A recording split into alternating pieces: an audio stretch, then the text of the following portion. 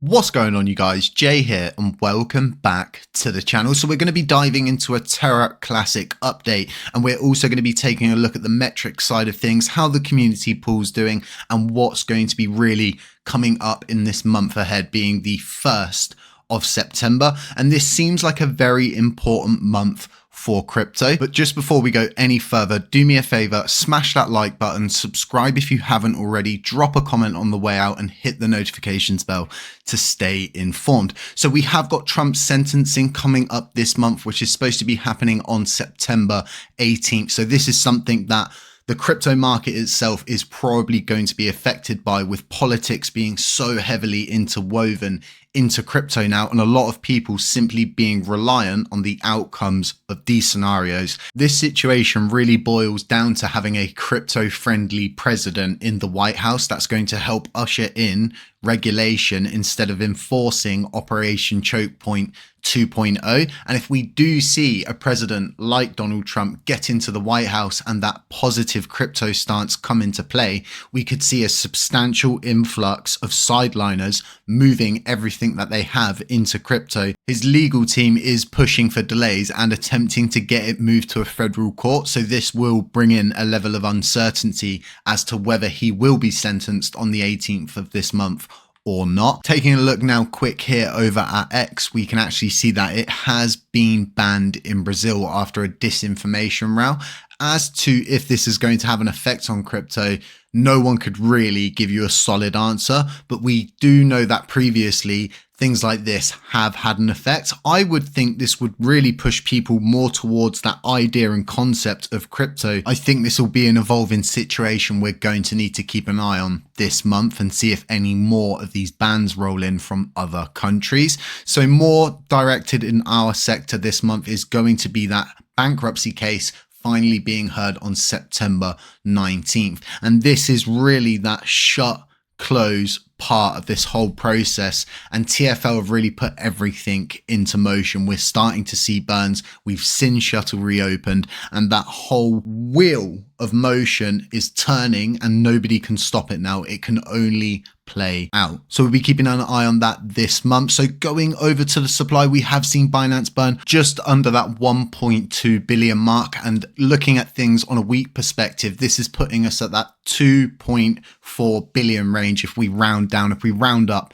we're sitting at about 2.5 billion LUNC that has been torched. When we look back at the day range and put a dollar value to that 1.2 billion that they've just burned, it adds up to around $110,000. And we always ask the same question. Why are Binance doing this? Why are they so committed to just our blockchain? Why do they continue to burn despite the highs and the lows? Surely if this was for publicity, they would have just stopped it and continued when the market was actually seeing more attention and not being in this really dreary stage where they're just not benefiting from this. They don't tweet about it. They don't write news articles about it. There's barely information that ever goes out in regards to their monthly burn. And it's like they don't want people to know what they're doing. When I try to understand the narrative behind what Binance is actually trying to achieve, I strip down the core operation that they've got in place, and I say to myself, by enforcing those burns, they attract a lot of the Lunar Classic community to come over and specifically store and trade their assets on their exchange. And we see this reflected in the amount of coins that are held there in a custodial manner. They are the top LUNC holders and they are the top USTC holders as well, alongside being the top burners. What they burn is a portion of the fees generated. So where do the rest of the fees that are remaining go? Well, they just remain in the hot wallet. Okay, so we look at this idea that they're mass accumulating. And when I think about what Vitalik did for SHIB, where he burned over 400 trillion Shiba Inu coins in one hit, I start to think that Binance is doing some kind of major accumulation through skirmishing. And the skirmishing being that burn narrative. And by doing that, they have successfully attracted the majority of our user base. And it is reflected in their holdings. So it really does start to get me very excited that one day, just one day, they could reach a point where they have enough to go ahead and say to themselves, if we do this, it could inherently rejuvenate their whole operation. And this is something that Binance would really benefit from, because they could leave themselves with a decent portion of LUNC and USTC assets that they could benefit from and reclaim those losses from during the crash. So when we actually look at the burn itself that was performed, it's at 1.193 billion. This is a substantial amount. It does bolster our efforts by 2x in the past 30 days. And if you're new here, they do this every month. They're whitelisted. They completely operate this on their own accord, and they could choose to stop it at any point, but they haven't. Despite all of the things this chain has been through, they continue to burn LUNC, and it's something that really keeps a lot of people interested in this blockchain. So with all of this burning going on, all of these transactions, redemptions that are happening across board, we're seeing a huge influx into the community pool balance, and we can see on the 3-month scale it's going up quite well. We're sitting at that 6.8 billion range for LUNC and around 12 million rounded down. If we round up, it's around 13 million USTC as well. It wasn't that long ago when this blockchain found itself in a position where it could only pay for the L1 team, and then it could only pay for the services that Hexagon were providing, that all nodes were also providing for free. And since we as a community put our foot down on these malicious payments going out, we've seen nothing but a huge influx into this community pool balance.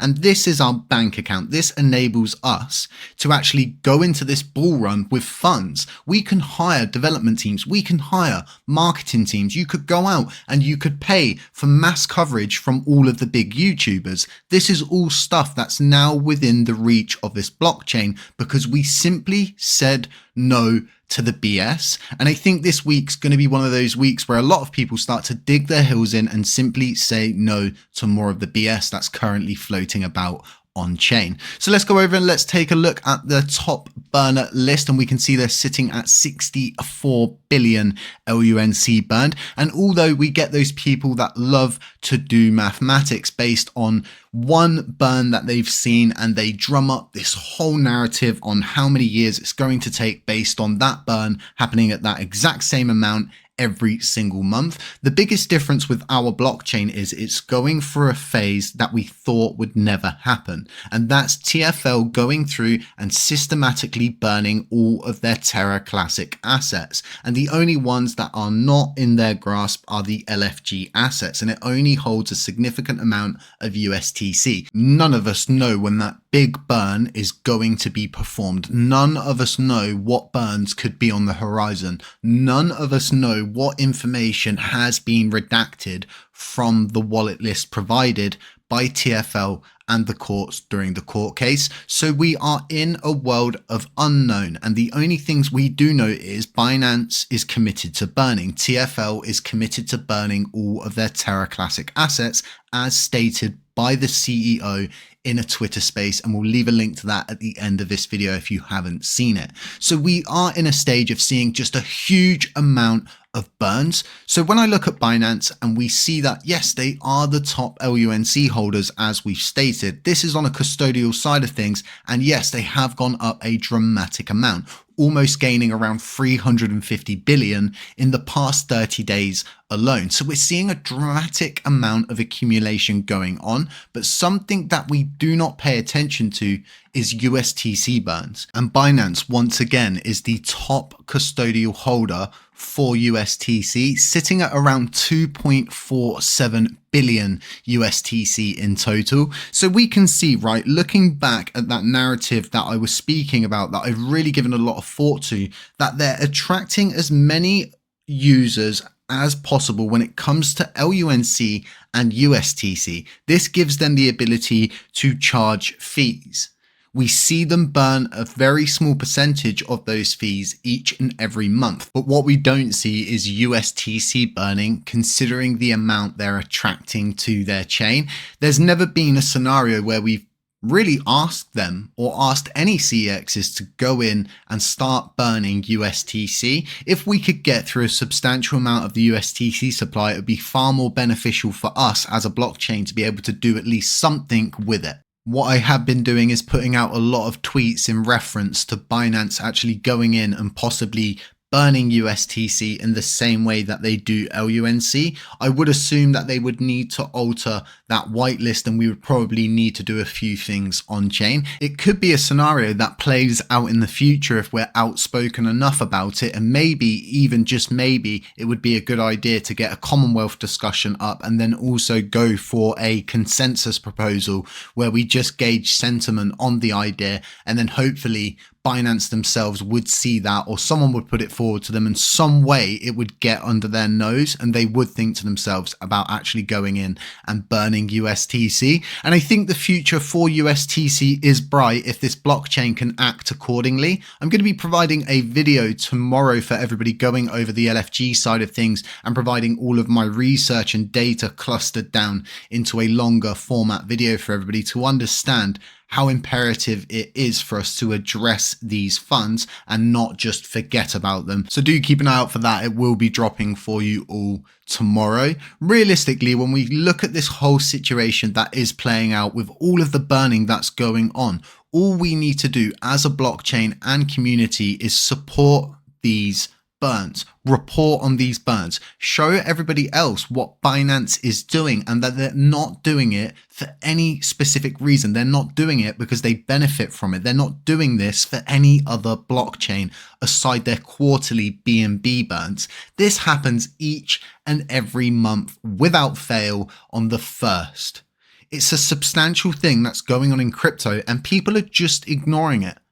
They're trying to run around. They're looking for all of these different coins that are going to burn through their supplies. We've got Binance backing us up on top of having TFL going through burning all of these assets, what's available in LFG as well. We're in unprecedented times, as I keep saying, but that's all I've really got for you all for now. So just stay safe, stay humble, stay aware. And as always, I'll catch you in the next one. Peace.